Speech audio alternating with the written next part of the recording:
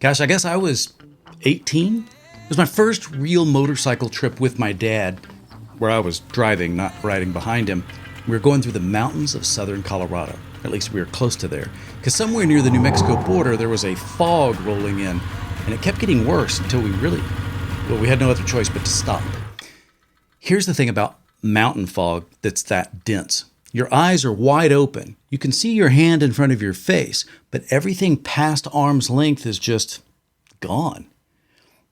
My brain keeps trying to focus. It keeps insisting that there's something to see and there isn't.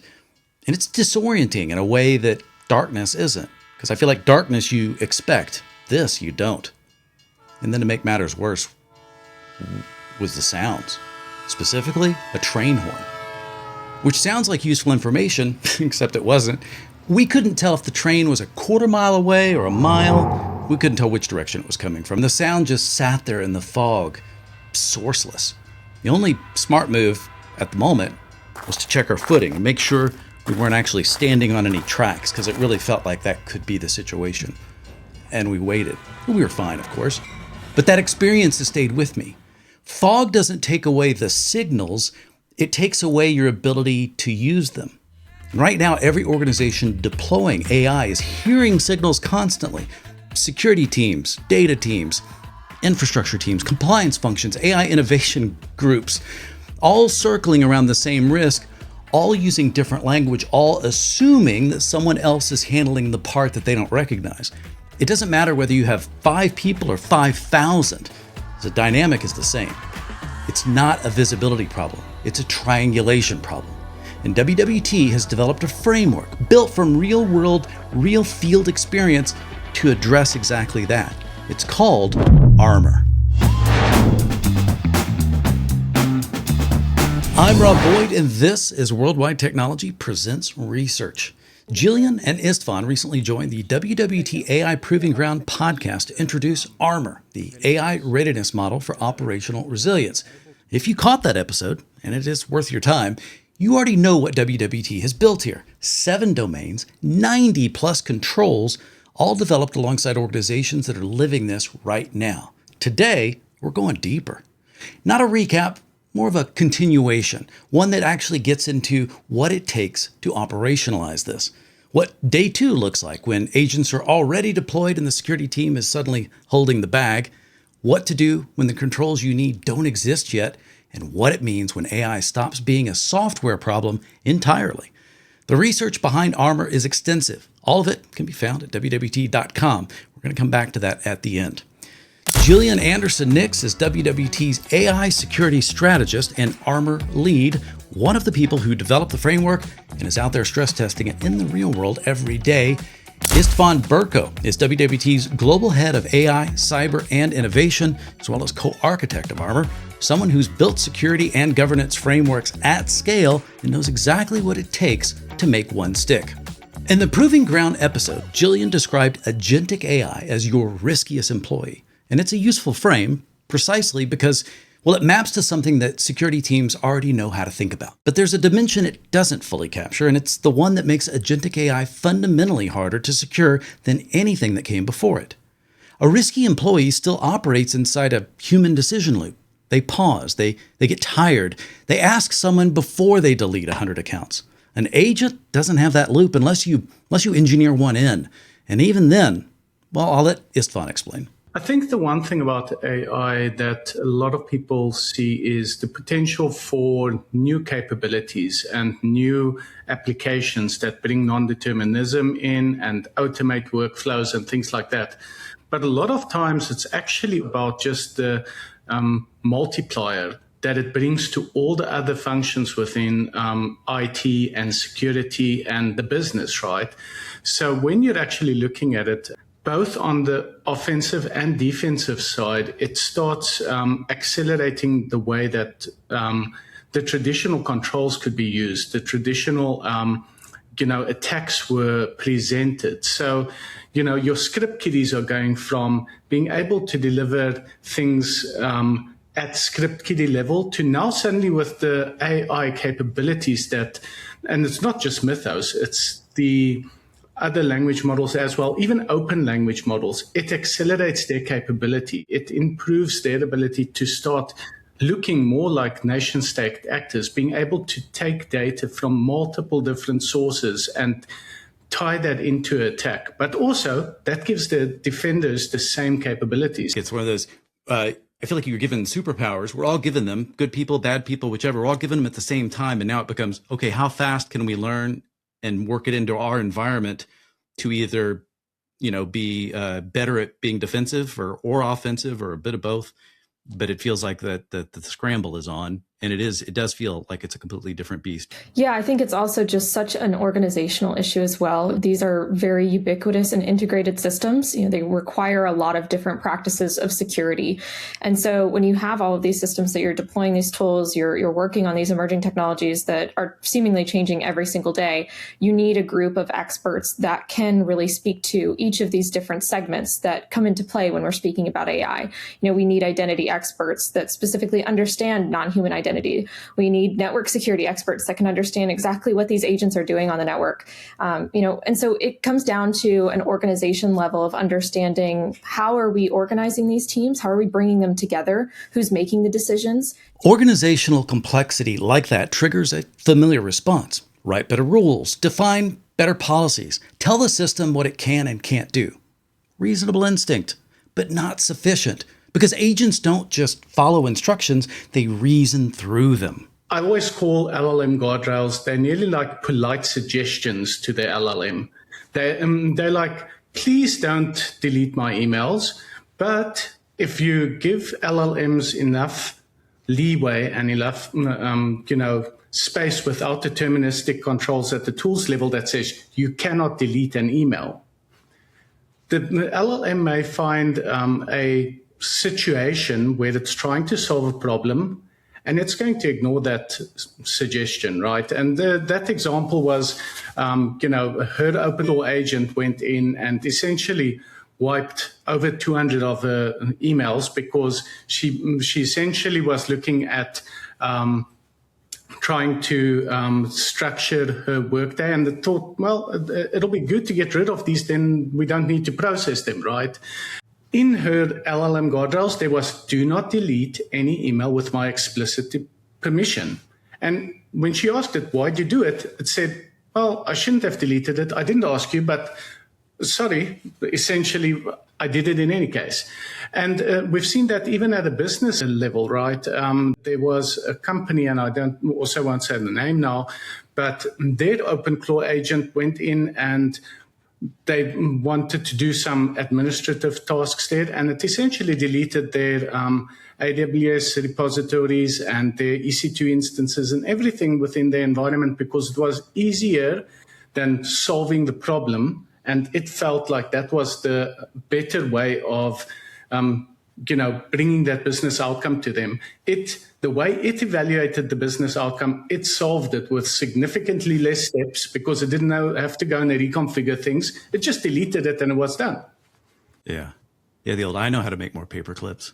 Yeah, exactly. All these people are in my way. Yeah. No, and it goes back to your opening point, which is everything is accelerated. So fat finger mistakes that may have had kind of a limited blast radius, using Jillian's language, suddenly do have a blast radius now because they're operating on our behalf. That's not malice, it's optimization. See, agents are designed to solve problems, and they'll treat a restriction the same way they treat any other obstacle, as a constraint to work around. Deterministic controls work at defined boundaries, tool access, data permissions, API endpoints. But for the behavioral space where agents actually operate, you're not just setting policy, you're engineering the environment. And that's a different kind of security work. And it's exactly the tension organizations are sitting with right now as they try to operationalize any of this.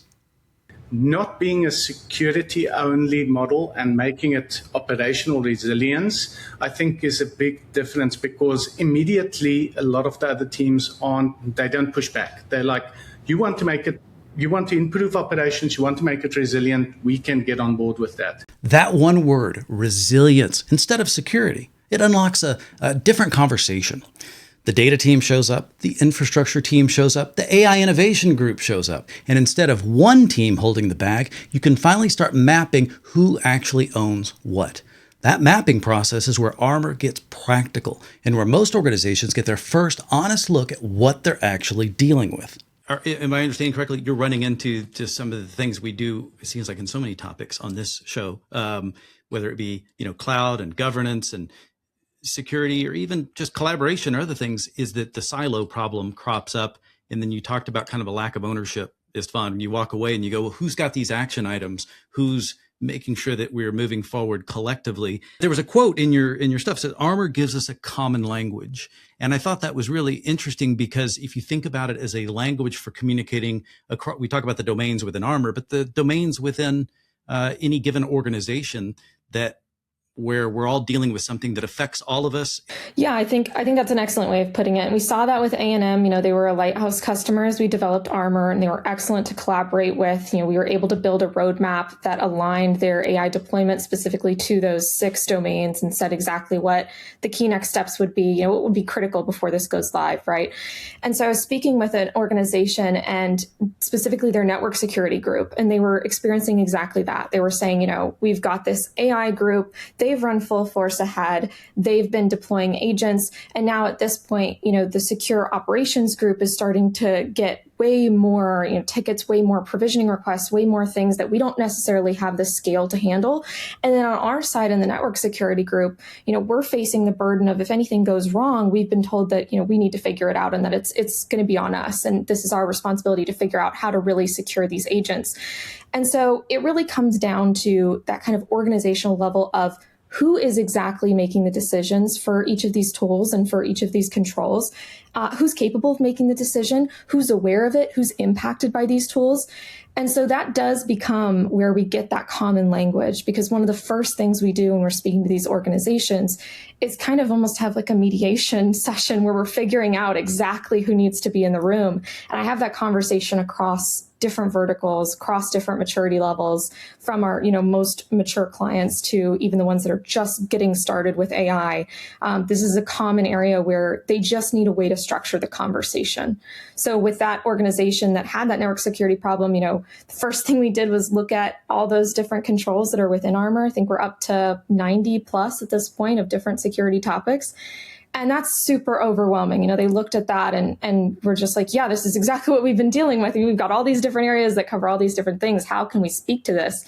And then the very second thing that we talked about is we put all of those on a list to what they currently have in their environment, not even just specific to AI, but what is your current, secure operations team? What tools do they have? What is your current network security group? What do they use, right? And we showed that in alignment with those domains and the controls. And so we were able to go from something that's very complex, we need to find common language, we need to organize by domain, into here's exactly where you've already got coverage and we just need to apply it to these AI deployments. And so it was really a light bulb moment for them, which was really great to see. 2 conversations, same result. 90 controls becomes a gap analysis. The fog becomes a map. These 7 domains assign ownership the way enterprises are actually structured. Nobody owns everything. Everybody owns something specific.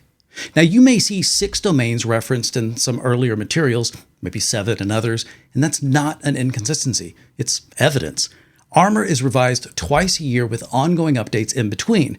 The number that matters isn't how many domains are on the slide, it's whether the framework is still reflecting the field reality. It maps back to standards you're already working with, NIST, OWASP, CSA, not replacing them, connecting them to how your teams actually are organized. It's a maturity journey, not a compliance checkbox. The value isn't knowing what to do, it's knowing where you are, which is exactly where most organizations get stuck. Knowing where you are is the starting line. Running is harder. Yeah, so I'll give an example. I got this question is typically this organization was struggling. They'd already kind of put agents into play. And then they kind of retroactively went back and said, okay, now we need to have some provisioning process for agents. And their process that they ended up going with was a tool. It focused more on manual approval. Any kind of issue that was flagged of this agent has, assignments or permissions that we're not sure necessarily need to be in place from the tool, it would just go manual up to the actual team that was looking at it. And so obviously, then they were completely inundated with a lot of these requests, and they just were not feeling like this was going to scale as agents continue to get deployed in their ecosystem. And so we looked at what a day two kind of workflow for that would look like. So a lot of those controls are really shifting the conversation from all manual or all automated into what do you already have in your ecosystem to remove that kind of prohibitive nature. You want your users to be able to deploy agents. The top question I get from customers at this point is, I want to do this, but I don't want to slow anybody down. I don't want to, dissuade use. I've spent so much time investing into getting my employees and customers to use AI. I don't want to dissuade that. So really what Armor looks like operationalized is applying some of these tools that everybody within an enterprise already uses every day, but in the context of AI for, an agent deployment. What does it look like to have this kind of provisioning where there is kind of an auto assignment, but a blend of exactly what permissions does this agent get? Whose identity is it kind of matched to? And how can we make sure that it's not just matching to the IT leader or whoever is requesting it, right? We need to make sure that it's very scoped to exactly what that agent is doing, but in a way that doesn't slow down the development process once that agent is actually provisioned for the user. That's the tension every security team is navigating right now. Not whether to let agents run, but how to let them run without having to hand over all the keys. The tooling to do that properly is still being built. The audit capabilities, the logging, the visibility layers, they're maturing very fast, but they're not all there yet. The temptation may be to wait, get the perfect tool set in place, then build the discipline. But that's the wrong call. The interesting thing is, these tools are maturing at such a rapid pace. But if you just think about Anthropic, until about a month ago, it didn't even have audit logs. So you could say, I want to build an audit practice around my Claude code, but you'd have to put all these compensating controls in place to be able to even see what was happening, right? So a lot of times, if you try to be perfect today, you're going to keep looking till the next innovation is out and the tool's even more behind, right? So you don't wait. You use what you have. OS logging, scoped permissions, documented risk acceptance for the gaps you can't close yet, and you build the discipline now. Close the gap as better tools arrive. That's not a compromised security posture. That's what good security actually looks like in a fast-moving environment.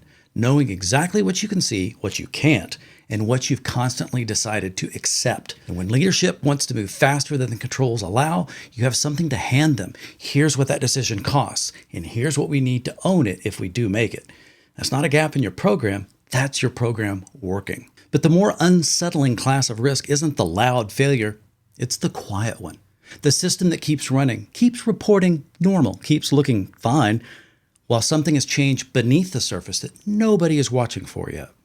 It's only a matter of time before really there is this capability of a completely digital, no physical entry needed Stuxnet of happening to this kind of physical AI system where you don't need to plug in, or you don't need your employee to plug in a USB drive that's got malware or anything on it anymore. Really, if there is kind of this critical vulnerability that's very easy to access at machine speed that we've mentioned, they could technically just get into that and maybe slow down some of those kind of automated machines 3% or speed them up 3% just to kind of wear on the safety bounds of that machine, slow down production speed just enough that it's not necessarily something that you would immediately notice, but over time it does impact your organization. Yeah, you guys scare me with the low and slow thing as well, Jillian, because it reminds me of financial attacks where you steal just a little bit over time because it never trips anything, but it can be extremely profitable because the whole point is to be able to maintain whatever nefarious thing you've got going on and not trip any wires that reveal your, we focus so hard on, oh, this took the network down and stuff like that. And I'm like, oh, what if the network is still up, but it's not under your control? And I think a key part there when you're talking about ICS, OT and the critical infrastructure, even factoring in the robots, is generally we look at IT security, confidentiality, integrity, and availability, right? But there's a key one that comes in with robotics, ICS, and OT is safety, right? Because these have real world human potential effects. If a robot malfunctions, it could have, a disastrous human toll as well. So taking that into mind, the level of inspection that you have to do at that space, the more automated your workflow becomes at the production plant, at the manufacturing, at the electrical generation plants, that becomes important to take into account. In financial services, healthcare, government, industries that can't afford to experiment and face real regulatory scrutiny, there's a cloud adoption parallel that's worth drawing. The cautious movers got criticized for being slow. Many avoided the most expensive failures. They ultimately deployed in ways that their regulators accepted. Well, that same dynamic is playing out with AI right now, moving carefully with documented risk acceptance, a shared responsibility model, a maturity roadmap isn't falling behind. It's how you build AI that you can scale, audit, and trust. Every nation, every enterprise operating across borders is asking the same question. Who actually controls our AI? Not who built the model, not who hosts it, who controls it, where the data lives, what laws govern it, what happens when interests diverge. For a lot of organizations right now, the answer coming back is not us. Sovereign AI isn't a compliance checkbox. It's a statement about your own AI capability without depending on infrastructure outside your jurisdiction, outside your control in a crisis. Being able to deliver sovereign data centers to Australia, the UK, the Middle East, etc., really enables them to be able to adopt those kind of, AI innovation that today, in many cases, are essentially blocked from them.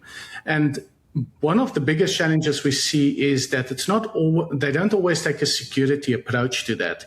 But of course, within those spaces, there's a lot of multi-tenancy.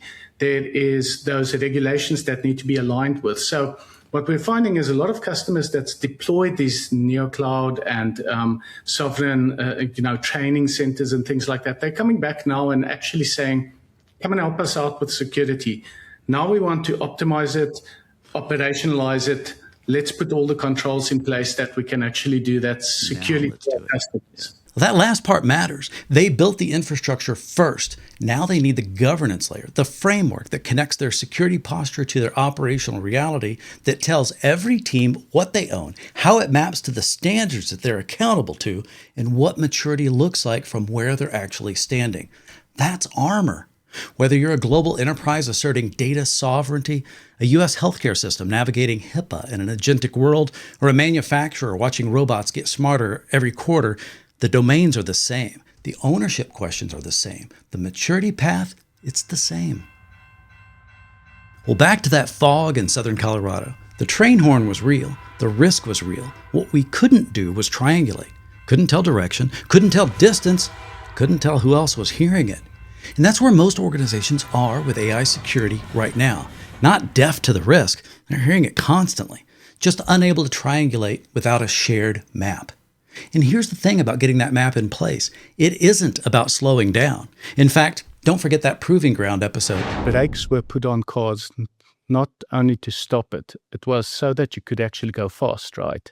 Because if you don't have brakes, you can't go fast because then you'd crash into something. That's what armor is. Not a reason to slow down. It's the reason you can go fast. 7 domains organized around how enterprises are actually structured. A shared responsibility model that tells every team exactly what they own. A maturity path from readiness through initiation to transformation that shows you where you are and what's next, whether you're running your first AI application or managing the most stringent compliance requirements in the world. The framework itself is free, all 145 pages, WWT.com. The domain deep dives, the implementation guide, the full 90+ control breakdown. It's there, and you don't need a WWT engagement to start reading it. Find the domains that match your team. Just start there and set up a free WWT account before you leave. Follow Armor directly. Updates come to you. I love this feature. New domain material, framework revisions, field insights. You don't need to check back necessarily because it'll come to you. When you're ready to map what you have against those controls and find out where you're actually blank, that's where WWT comes in. Existing customers can start that conversation immediately. Everyone else, an Armor briefing is the right entry point. The organizations that are going to scale AI confidently are the ones building the foundation now, not because the threat landscape demands urgency theater, but because the ones that build cloud governance well didn't just survive their audits, they built infrastructure they could actually trust. That same opportunity is available for AI right now. I'm Rob Boyd. The research is at WWT.com. Thank you for watching. Worldwide Technology presents Research.